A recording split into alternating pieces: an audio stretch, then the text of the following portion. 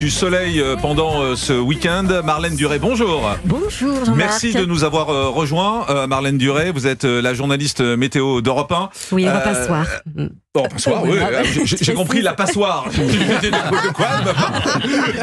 Je vais essayer de pas avoir de trou de mémoire. Alors on va essayer. Expliquez-moi ce qui va se passer ce week-end et pourquoi il fait si chaud aujourd'hui. C'est normal déjà? Vous savez que c'est précoce, hein, cette vague de chaleur. La première, la plus importante, celle de 2022, depuis qu'on peut évidemment calculer le début, depuis le début des mesures, pardonnez-moi. 2022, la plus précoce, a commencé le 15 juin. Officiellement, celle de cette année a débuté jeudi. Donc on a une configuration anticyclonique, vous savez, une configuration en oméga. Vous connaissez la lettre grecque, oméga. Vous voyez, vous arrivez à la visualiser. Ouais. Donc avec ça forme, si vous voulez, un bouclier pour nous protéger des perturbations, des masses d'air frais. Et de part et d'autre, on a des gouttes froides qui engendrent la plupart du temps de l'instabilité et des averses. Mais c'est normal? Écoutez, nous sommes en juin. Alors ce qui est pas normal, c'est la précocité. C'est que c'est si tôt. Voilà. Donc, et surtout, dans un contexte de réchauffement climatique, ça risque d'être de plus en plus présent. Parce que là, je vois pendant qu'on parle, en plus, je vois tomber des alertes. Là, alerte, vigilance orange canicule, jusqu'à 39 degrés par endroit. Alors, là, j'ai besoin de faire un éclairage, parce qu'on a tendance à confondre vague de chaleur. D'ailleurs, c'est la 50e, je le dis au passage, recensée par Météo France depuis 1947. Hein. Alors, une vague de chaleur s'étudie à l'échelle nationale. On va calculer, en fait, l'indicateur thermique national. Pour ça, on va faire une moyenne des températures minimales et maximales à partir d'une trentaine de villes métropolitaines. Et cette moyenne doit dépasser pendant au moins 3 jours, 23 degrés, et même sur les 3 jours, il faut que ce soit 25. 3 jours, c'est une moyenne. Donc on fait la moyenne des minimales, des maximales à l'échelle nationale. Vous comprenez? Donc, je sais. Voilà. Donc ça, c'est important. Si c'est un jour ou deux, on parle d'un pic de chaleur. À partir de 3, ce sera une vague de chaleur. La canicule, alors ça se fait pas à l'échelle nationale, c'est un lieu donné, avec encore une fois des critères de durée, il faut 3 jours minimum, les minimales sont importantes, et puis surtout c'est un enjeu de santé publique. Ce qui veut dire que les critères sont établis à l'échelle départementale, conjointement par Météo France et Santé publique France. Voilà, il se trouve qu'en ce moment, on a 16 départements en alerte orange canicule, mais c'est pas parce qu'il y a une forte corrélation que c'est consubstantiel. C'est-à-dire que si par exemple on place des départements en vigilance canicule, la situation météo ne remplit pas forcément les critères pour la vague de chaleur. Là, il y en a 19, je crois, en alerte canicule. C'est ça? C'est ce que je viens d'entendre ça. 16. 16? J'ai lu à l'envers mon téléphone. Oui, alors. Je pense. Oui, parce que ça n'a pas changé depuis hier.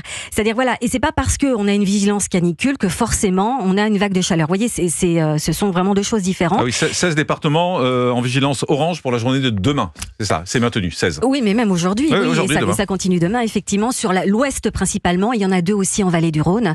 Donc ça, c'est important. Et puis je vais aller jusqu'au bout parce que c'est très important et je pense que vous en avez tous entendu parler. La fameuse plume de chaleur et le dôme de chaleur. Vous en avez entendu parler? Tout à fait. Du dôme de chaleur, oui. La plume, beaucoup moins. On s'y perd. En tout cas là. Et là, on parle, en fait, là, on décrit des conditions de circulation. C'est-à-dire le dôme, l'air chaud est bloqué sur une zone. Donc c'est vraiment sous forme de cloche. Et la plume, elle se déplace. Par exemple, vous faites bien la plume. C'est dommage qu'on ne soit pas à la télé parce qu'on vous verrait en train de faire la plume. Et franchement, ça vaut le coup. Voilà, l'air chaud, par exemple, se déplace d'un pays à un autre. Donc voilà, ça fait beaucoup de définitions. Ce ne sont pas des synonymes. Il y a des critères bien précis et c'est important de le rappeler. Est-ce que tout ça, c'est lié à la hausse des températures, au réchauffement climatique?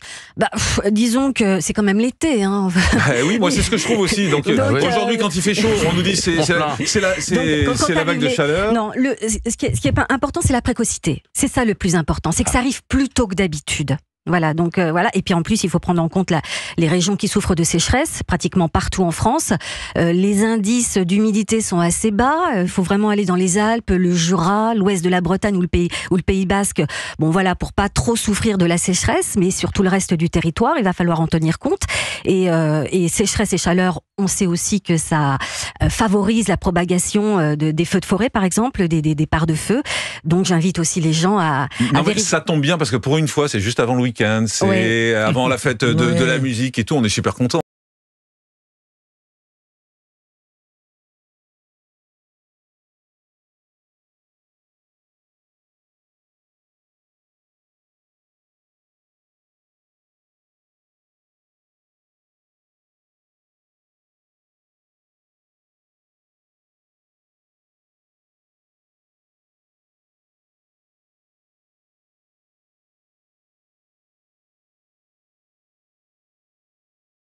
où ça va se maintenir. Nous, on n'a pas de boule de cristal, on a Jean-Michel Cohen.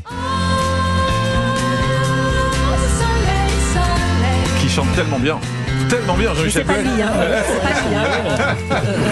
Dites-moi, est-ce qu'il faut se nourrir différemment quand on est comme ça dans cette période ? Il faut rappeler quand même que le corps, c'est 60% d'eau, que quand vous êtes en état de déshydratation, les ennuis peuvent être sévères, fatigue, maux de tête, constipation, ça va jusqu'au malaise, et hypotension, parce que hypotension, ça veut dire que si vous avez moins d'eau qui circule dans le sang parce que vous êtes déshydraté, vous risquez une hypotension avec tous les risques de l'hypotension, y compris de faire un malaise cardiaque. Donc, il faut boire beaucoup, mais c'est quoi ? C'est les fameux 2 litres ou... Non, alors en général, dans la journée, vous devez boire 1,5 litre d'eau par jour.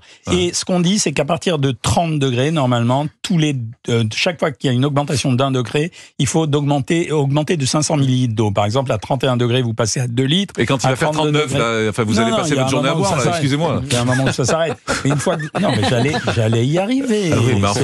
J'allais y arriver. Vous pouvez aller jusqu'à 4 litres maximum d'eau par jour. Oui, bien sûr.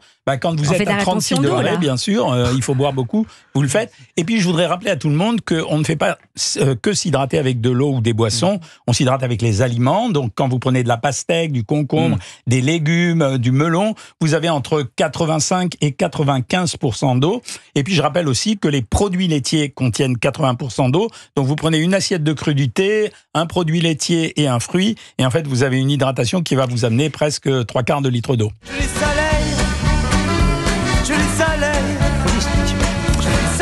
Allez, on continue à parler de tout ça dans un instant. On est avec le docteur Jean-Michel Cohen qui va nous conseiller comment bien manger dans cette période de chaleur. Et puis Marlène Duré qui continue à nous expliquer. Assurément. Assurément. Oui. Vous parlez bien en plus. Oui, indubitablement peut-être, vous préférez.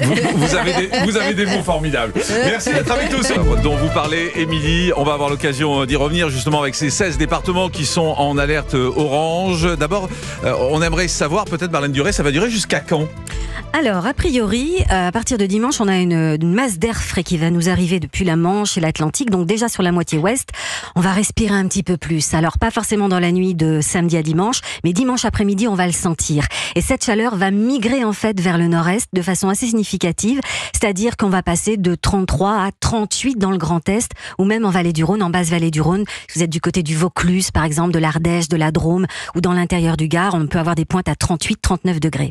Et puis à partir de lundi, peut-être amélioration, on respire un peu plus, température plus raisonnable et a priori, d'après ce que j'ai vu, les températures vont à nouveau remonter, mais de là à parler d'une vague de chaleur, j'en suis pas sûre. Ça remonte quand normalement ? À partir de mardi. Ah oui, d'accord, donc c'est vraiment très, très léger. On reste dans une masse d'air chaud. Petite baisse. Voilà.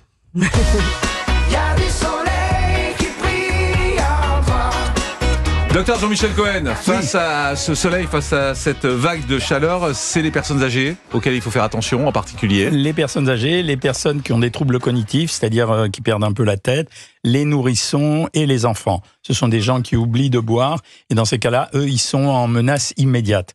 La deuxième chose que je voulais vous dire, pour compléter ce qu'on a dit tout à l'heure, c'est qu'il y a des choses à éviter absolument. Les sodas sucrés, parce que le sucre va entraîner un désir de boire plus. Deuxièmement, évidemment, l'alcool. Pourquoi ? Parce que l'alcool est diurétique et qu'en plus, il fait monter la température du corps. Donc, si vous faites monter la température du corps à un moment où il fait chaud, évidemment, vous avez compris que ça ne se passe pas bien. Et la troisième chose, c'est le café et le thé. Ça servirait à rien de boire des cafés froids en permanence parce qu'ils sont diurétiques, donc il y aura une fuite immédiate d'eau. Donc, ces 3 produits, il faut les éviter. Après, vous avez les consignes traditionnelles, c'est-à-dire fermer vos volets. Tous les gens du Sud connaissent ça. Ouais. Fermez vos volets, laissez passer l'air, protégez la chaleur de la nuit, dormez avec un seul drap mais léger, de préférence en évitant la soie et le coton. Essayez d'avoir une atmosphère entre 19 et 20 degrés. Bon, c'est pas facile pour tout le monde, mais si vous pouvez, un petit truc qui marche bien, c'est mettre devant le ventilateur un sac hermétique rempli de glaçons. Comme ça, le ventilateur va brasser de l'air qui sera un peu plus frais. J'ai une autre si astuce. Vous n'avez pas d'air conditionné. Merci de m'approuver. J'adore. J'en ai une autre. Moi, ce que je fais dans ces cas-là, ça marche sur moi, donc je le fais partager. C'est un exercice de cohérence cardiaque. C'est un exercice de respiration. Ça détend. Exactement. Ah, vous connaissez ça, c'est un effet relaxation, voilà, entre la respiration et le rythme cardiaque. C'est vrai, vous le faites. Et ça comment permet. Vous faites ça ? Eh ben, alors il existe des applications sur les smartphones. Vous vous laissez guider, exactement, et ça vous apaise, en fait, ça fait baisser le rythme cardiaque. Ouais. Vous relaxez, et quand il fait très chaud, on évite de bouger parce qu'on a tendance à faire la crêpe. Même les femmes ménopausées, on le sait toute l'année.